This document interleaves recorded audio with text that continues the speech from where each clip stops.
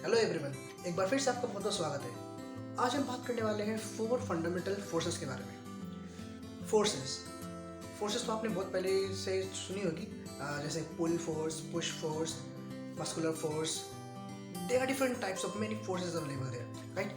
But today we are going to talk about 4 fundamental forces, right? They are first one, gravitational force, electromagnetic force, strong nuclear force and weak nuclear force, right?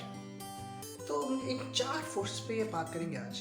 तो शुरू करता हूँ मैं सबसे पहले week nuclear force से, उसके बाद आएंगे स्ट्रॉन्ग न्यूक्लियर फोर्स पे, और देन इलेक्ट्रोमैग्नेटिक फोर्स पे, देन ग्रेविटेशन फोर्स। ग्रेविटेशन मेरा favourite, so let's start with the weak nuclear force. This weak nuclear force are the force which is responsible for the beta decay. और इस beta decay में होगा क्या? जैसे one particle changes to other particle, and this weak nuclear force act between small range, right? Now moving on to the next one, strong nuclear force. Strong nuclear force is the one which act in the nucleus of an atom. तो हमें ये तो पता है कि proton और neutrons nucleus में है और उसी के अराउंड रिवॉल्व कर रहे हैं इलेक्ट्रॉन्स। तो प्रोटॉन्स और न्यूट्रॉन्स का तो एक कंबाइंड हो गया न्यूक्लियॉन्स। हमें ये भी पता है कि प्रोटॉन्स और इलेक्ट्रॉन्स ये अट्रैक्ट कर रहे हैं ईच अदर को, क्यों? क्योंकि पॉजिटिव और नेगेटिव चार्ज की वजह से।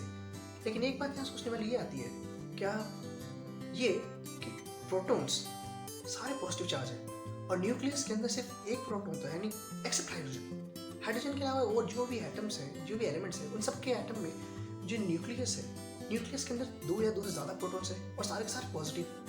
तो ये सारे पॉजिटिव होने के बावजूद भी still even after being positively charge, ये सारे एक साथ कैसे हैं? The reason comes is strong nuclear force. और जो strong nuclear force is the one which keeps them binded together. Now let's talk about the next one. Yes, electromagnetic force. अब electromagnetic force यहाँ पे 2 पॉइंट हैं, electric, magnetic, right? अब आपने पिछले class में पढ़ा होगा क्या, यही कि when a current is passed through a conductor, it act as a magnet, right? अभी करंट क्या है? Current, electricity, it is flow of charge.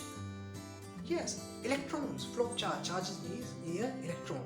अब जब करंट और चार्ज फ्लो हो रहा है तो उसे electricity, right? Charge in motion. और वही चार्ज जब स्टेशनरी है, इलेक्ट्रोस्टैटिक्स, राइट? अब जो भी बॉडी है वो चार्ज हो सकती है। एग्जाम्पल आपने बहुत सिंपल सा सीखा होगा पहले, बलून को जब हम अपने बालों पे रब करते हैं या फिर कॉम्बिंग द हेयर। और विंटर्स में हमारे साथ जब बहुत बार होता है, जब हम किसी वुलन को वियर करते हैं, वी हियर स्पार्कलिंग साउंड, और द रीज़न है the body gets charge by rubbing. अब जब हम बात करें कि बॉडी गेट्स चार्ज, तो चार्जिंग 2 तरह की हुई, पॉजिटिव, नेगेटिव।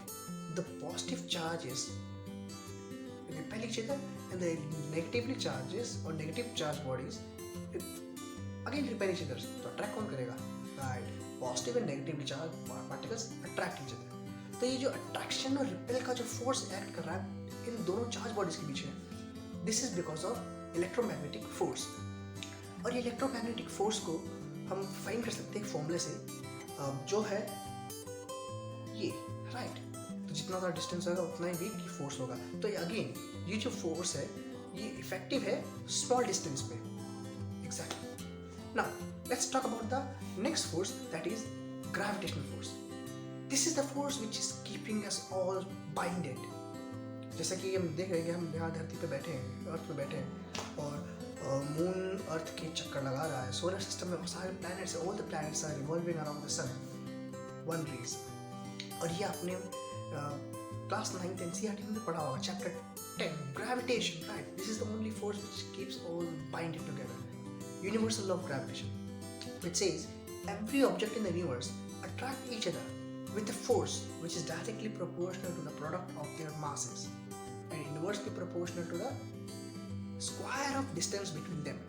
तो अब यहाँ से ये समझ में आता है, अगर 2 ऑब्जेक्ट, तो दोनों का मास ज़्यादा है तो फोर्स बढ़ेगा, और अगर उन दोनों के बीच में डिस्टेंस बढ़ गया तो फोर्स घटेगा।